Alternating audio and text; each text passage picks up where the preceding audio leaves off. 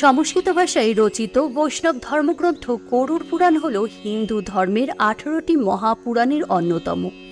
এই গ্রন্থে হিন্দু দেবতা বিষ্ণুর লীলা এবং সকল হিন্দু দেবদেবীর মাহাত্ম্য কীর্তন করা হয়েছে। গরুড় পুরাণ গ্রন্থটি দুটি অংশে বিভক্ত। প্রথমটি পূর্বখণ্ড বা পূর্বভাগ এবং দ্বিতীয় উত্তরখণ্ড বা পরবর্তী ভাগ। উত্তরখণ্ড প্রেতখণ্ড বা প্রেতকল্প নামেও পরিচিত। হিন্দু বাড়িতে যখন কেউ মারা যায় তখন প্রেতখণ্ড পাঠ করা হয়। এই পুরাণে শ্রাদ্ধ, তর্পণ, মুক্তির উপায় ইত্যাদি বিস্তৃত বর্ণনা করা হয়েছে। মৃত ব্যক্তির পর কি হয়ে সে জন্ম নেবে তা গরুড় পুরাণে 5ম অধ্যায়ে বর্ণনা করা হয়েছে। গরুড় পুরাণে দেখা যায় বিষ্ণুর বাহন গরুড় মানুষের জীবন থেকে মৃত্যু পর্যন্ত যে সমস্ত ঘটনাগুলি ঘটে চলে সেই সম্পর্কে যে তথ্য বিষ্ণুদেবের কাছে পেয়েছেন তা ঋষি কাশ্যপকে বর্ণনা করেছেন। কাশ্যপ সেই সমস্ত কিছু বর্ণনা করেছেন ঋষি ব্যাসের নিকট। তারপর ব্যাসদেব গরুড় পুরাণ রচনা করেছেন। এই পৃথিবীতে যার জন্ম হয় তাকে মৃত্যুবরণও করতে হয়। গরুড় পুরাণ অনুযায়ী প্রতিটি প্রাণী মৃত্যুর পর তার আবার নতুন রূপে জন্ম হয়। এই জন্মের কর্মই নির্ধারণ করে পরের জন্মে সে কী রূপে জন্ম নেবে এবং তার জীবন কেমন হবে। মানুষ তার সারা জীবনে যে কর্ম করে তার ফল ভোগ যদি এই জন্মে শেষ না হয় তবে তা পরের জন্মেও ভোগ করতে হয়। যতদিন না এই কর্মফল ভোগ সম্পন্ন হয় ততদিন তাকে জন্ম নিয়ে এই পৃথিবীতে আসতে হয়। কর্মফল ভোগ শেষ হলে সে মোক্ষ লাভ করে। গরুড় পুরাণে মৃত্যুর পর মানুষের আত্মার সাথে কি কি হয় তারই বর্ণনা আছে।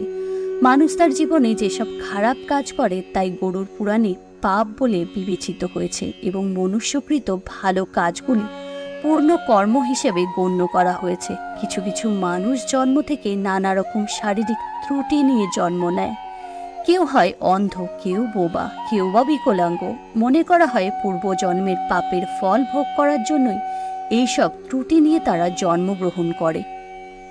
মাতৃগর্ভে শিশুর পূর্ব জন্মের কথা মনে থাকে, কিন্তু জন্মের সাথে সাথেই সেই সব কিছু সে ভুলে যায়। মোট 84 লক্ষ যোনিতে জন্মানোর পরে অবশেষে আত্মা মনুষ্যরূপে জন্মগ্রহণ করে। এর মধ্যে 20 লক্ষ বার জন্ম হয় বৃক্ষজনিতে। এই জন্মে রোদ, ঝড়, বৃষ্টিতে তাকে নানা রকম কষ্ট সহ্য করতে হয়। 9 লক্ষ বার জন্ম হয় জলচর। এই রূপে একজনের মাংস আরেকজন ভক্ষ করে জীবন রক্ষা করে।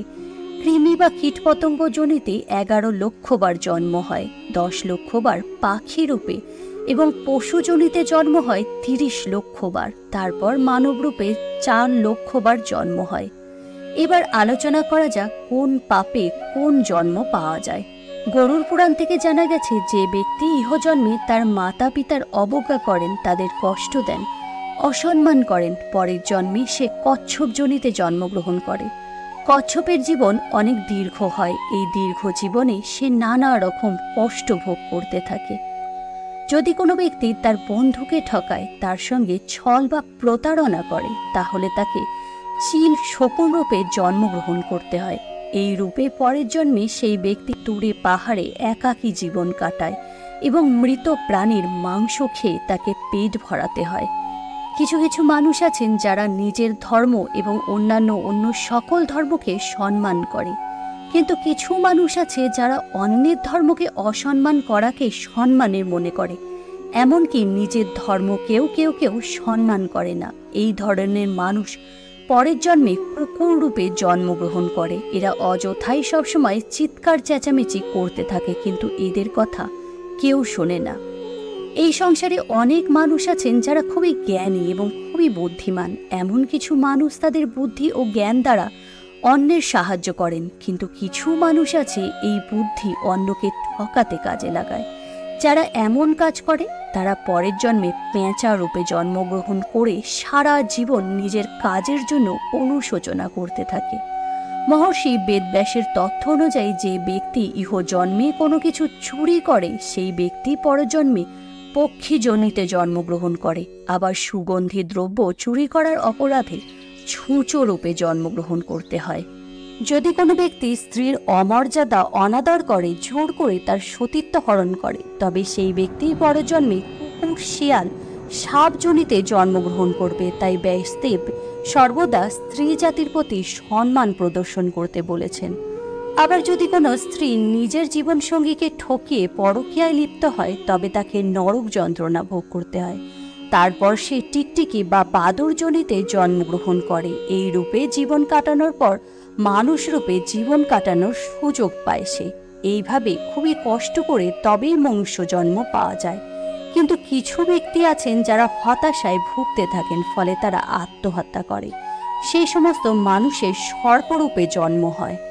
আবার যেসব ব্যক্তিরা ইহজন্মে বড় ভাইয়ের অনাদর করে, অবজ্ঞা করে, সেই সব ব্যক্তিরা পরবর্তী জন্মে কঞ্চ নামক পক্ষী হয়ে জীবন কাটায়। যারা খুন, ডাকাতি, চোরা শিকারের মতো কাজ করে পরের জন্মে ছাগল হয়ে জন্মাতে হয় এবং কসাইয়ের হাতে প্রাণ দিতে হয়।